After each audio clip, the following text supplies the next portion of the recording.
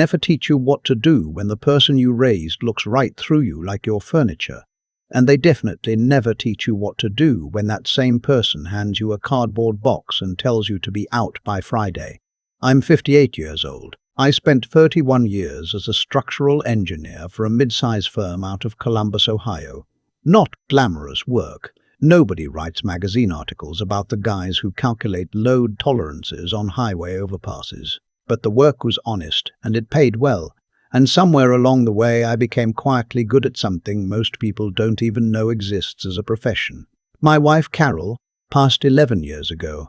Ovarian cancer, stage 4, caught too late. We had one son together. I'll call him my son, because that's what he was to me for 26 years, whatever the last two have tried to undo. His name is Spencer.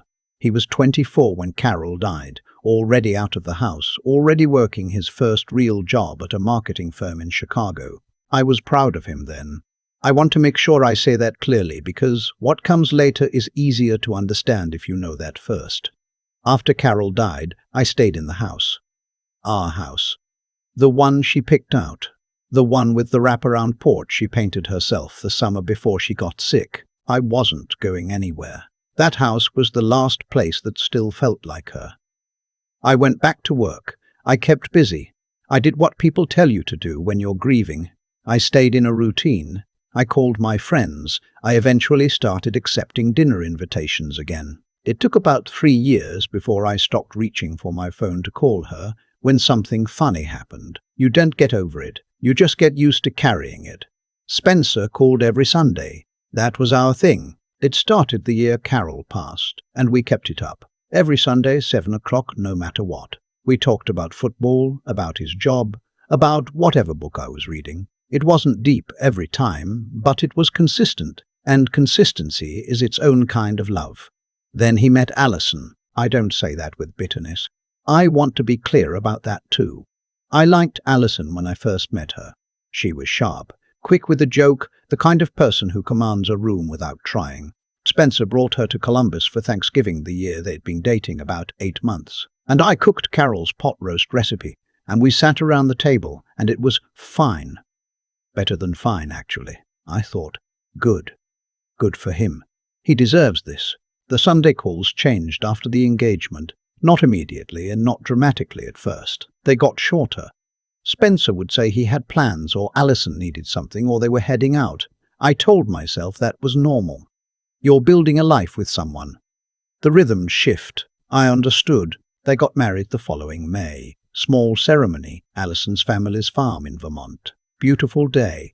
I stood up with Spencer, handed him the ring, didn't cry until I got back to my hotel room that night when nobody could see me. I was happy for him. I was also aware in that particular hotel room that I was completely alone for the first time in a way that felt different from just being single. The first real crack showed itself about 8 months after the wedding. I'd driven up to Chicago for a long weekend. Spencer's idea, actually. He'd called on a Tuesday, which was unusual, and said they had tickets to a Cubs game and why didn't I come up, make a weekend of it. I drove the 6 hours, got there Friday evening, and Allison opened the door in a way that told me immediately I had miscounted something. Not rude, never outright rude, not then, but the smile was the kind you put on for your dentist. Spencer hugged me like everything was normal, and we went to the game, and I pretended not to notice that Allison spent most of it texting on her phone. That night, when I was supposed to be asleep in their guest room, I heard them through the wall. I didn't catch every word. I caught enough.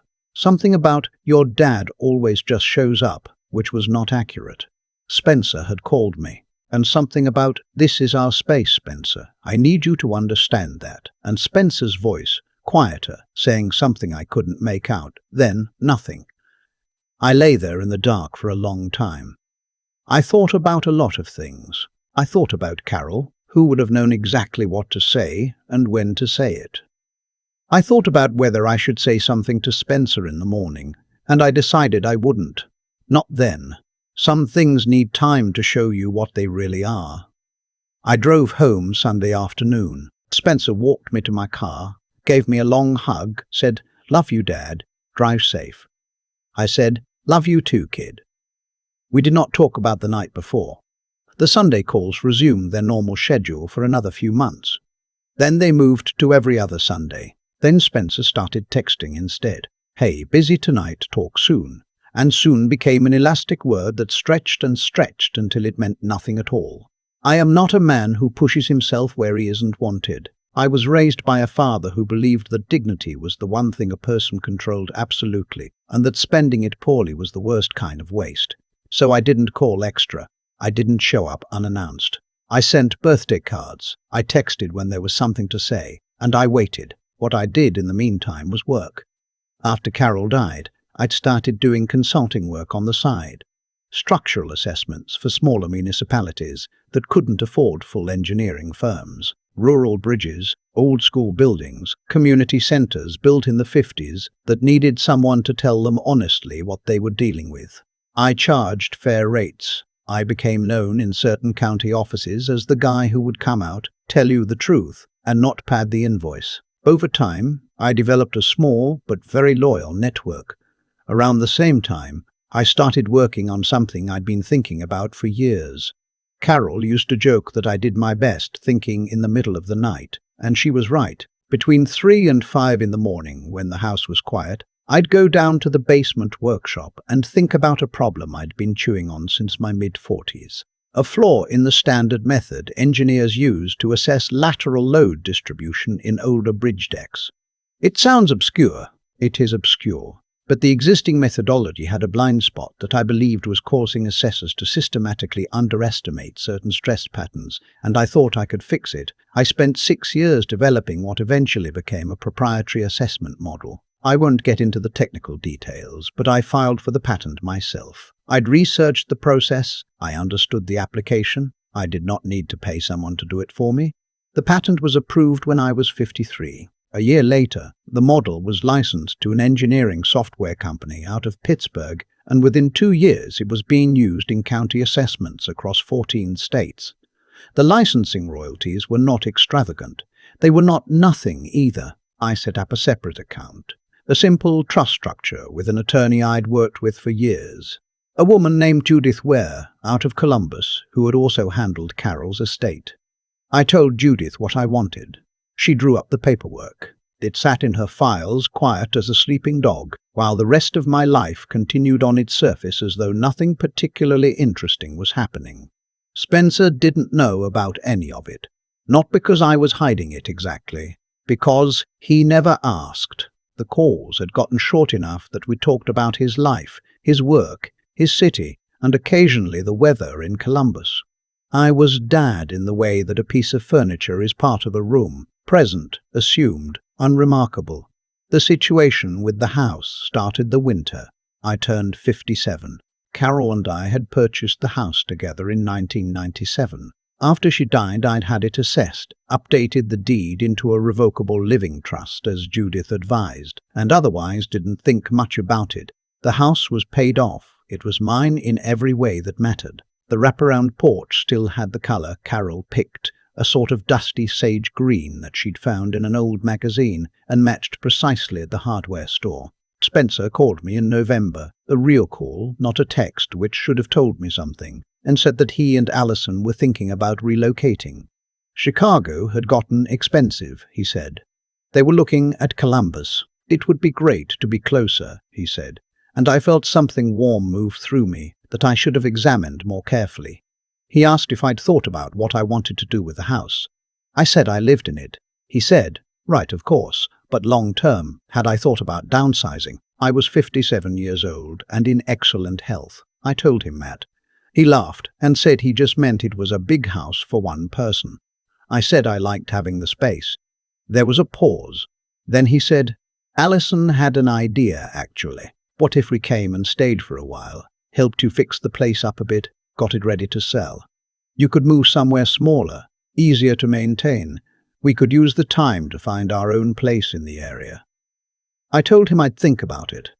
I thought about it for 2 days. Then I called him back and said they were welcome to visit, but I wasn't planning to sell. He said great, that was fine. They'd love to come for a few weeks just to spend time. They arrived on a Saturday in January with 7 suitcases and a storage pod that got dropped in the driveway. I should have said something then. I know that, But I looked at my son carrying boxes up the front steps of the house he grew up in, and I thought about Carol, and I let it go. The first week was pleasant, more or less. Alison cooked dinner twice. Spencer and I watched a football game. There was a version of normal that we were all trying on, seeing if it fit. It didn't fit Alison. By the second week, small things began. The photo of Carol and me on our 25th anniversary, it had sat on the mantel for 16 years, appeared on the bookshelf in the hallway, turned slightly toward the wall. My coffee maker was replaced with one Alison preferred. She began referring to the guest room as our room, in a way that was grammatically accurate but felt like a statement. I said nothing. I watched. Spencer seemed genuinely oblivious to most of it, or had trained himself to be. He was working remotely, good at disappearing into his laptop for hours at a time. Alison was the one who occupied the house. She rearranged the living room furniture. She told me presently that she was thinking about repainting the porch. I set down my coffee cup very carefully when she said that. The porch color stays, I said. She tilted her head. It's a little dated, honestly. Carol chose it. A pause. I know. I just thought the color stays, Alison. She smiled, the dentist smile. Of course. After that, something shifted. The pleasantness drained out of the house the way heat does in October. Gradually, then all at once, Alison stopped eating dinner with me. Spencer started having private conversations on his phone that ended when I walked into the room. A real estate agent's business card appeared on the kitchen counter one morning facing up, as though placed there for me to find. Then came the Sunday in March. I was in the basement workshop when I heard them upstairs. Not arguing, that's what I want you to understand. Spencer doesn't argue. He accommodates, adjusts, gradually reshapes himself to fit whatever space he's asked to fit into. What I heard was Alison talking steadily, in the particular tone of voice a person uses when they are explaining something they have already decided, and Spencer saying, at intervals, things like, I know, and you're right, and I'll talk to him. I stood very still in my workshop and listened to my son being told that this situation was not sustainable, that they needed their own space, that they had found a house in Worthington that would be perfect, but they needed a down payment, and that honestly, Dad, it was time, it was past time, and the house was too big for one person, and the practical thing, the loving thing, for a father to do would be to help his son get started. The practical thing, the loving thing. Spencer came downstairs the following evening. I was at the workbench doing nothing in particular. He pulled up a stool and sat down, and I could see him arranging the words in his head before he said them. He told me they'd found a house. He told me it was a great opportunity. He said the market in Columbus was strong right now, and this house, our house, would sell quickly and for good money, and with his share of the proceeds. And he said it just that. Simply. His share.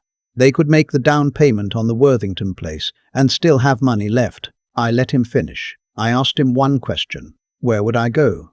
He said there were great condos in the short north.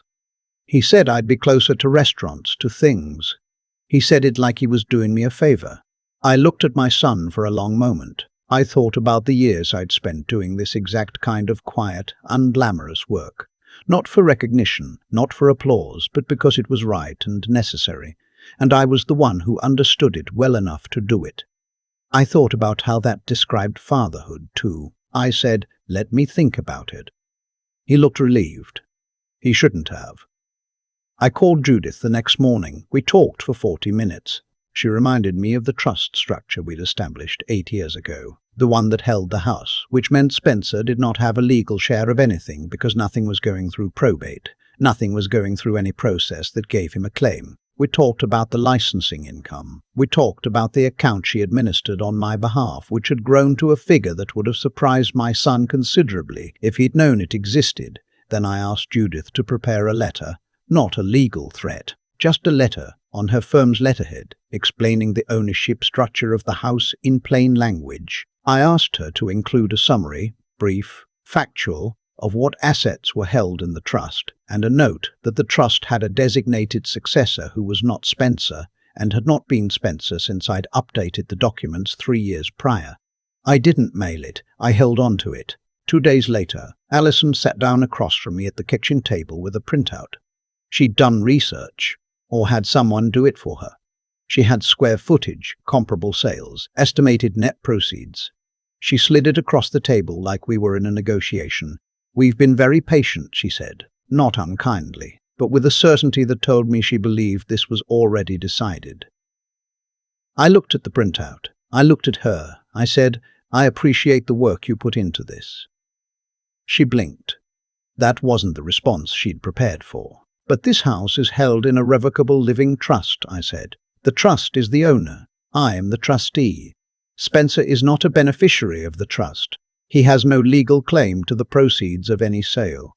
The room went very quiet. "I suggest," I said, "that you speak to an attorney before this conversation goes any further. And I think it's time we talked about a timeline for you to find other arrangements." Alison's face did something I hadn't seen it do before. The composure came apart in layers. First the certainty, then the pleasantness, then whatever was underneath. She said something about Spencer expecting, and I said that what Spencer expected and what Spencer was legally entitled to were two different things, and perhaps that was a conversation he and I should have together. Spencer came home from a coffee shop an hour later. Alison met him in the hallway. I sat in the kitchen and waited. He came in alone. He sat down in the chair Alison had been sitting in. He looked, for the first time in a long while, like the 24-year-old who'd sat in this same kitchen the week after his mother died, not knowing what to do with his hands. "Dad," he started. "I know," I said. "Sit down. Let me talk." I told him everything. The trust, the patent, the consulting work, the licensing, the accounts. I told him not as a weapon, but as information he should have known and hadn't, because we'd stopped talking, really talking, years before. I told him I understood that Alison was ambitious, and that he loved her, and that those two things together could make a person agree to things they'd never have agreed to on their own. I told him I wasn't angry, I was sad, and sadness, in my experience, is a much heavier thing than anger, and I needed him to understand the weight of it. He sat there and he listened. At some point his eyes got red around the edges. He didn't apologize immediately. I'll give him that. He sat with what I'd said for a while before he spoke. What he said was, "I don't know when I stopped calling you just to call you." I said I didn't know either, but I thought we might figure it out. Alison and Spencer moved into a rental apartment in Grand View 3 weeks later. It was their money, his salary, her income, and they managed it. The Worthington house they'd been looking at sold to someone else. I heard about it through Spencer, who mentioned it without drama, which told me something had shifted between them, though I didn't ask. The Sunday calls came back, not immediately, and not every Sunday at first, but they came back. They were different, shorter sometimes, longer sometimes, without the careful managed quality they'd had during the Alison years. Spencer asked me once, in the fall, if I'd ever thought about teaching, sharing some of what I knew about the assessment methodology. I told him I'd thought about it. He said he thought I'd be good at it. It was the most like himself he'd sounded in years.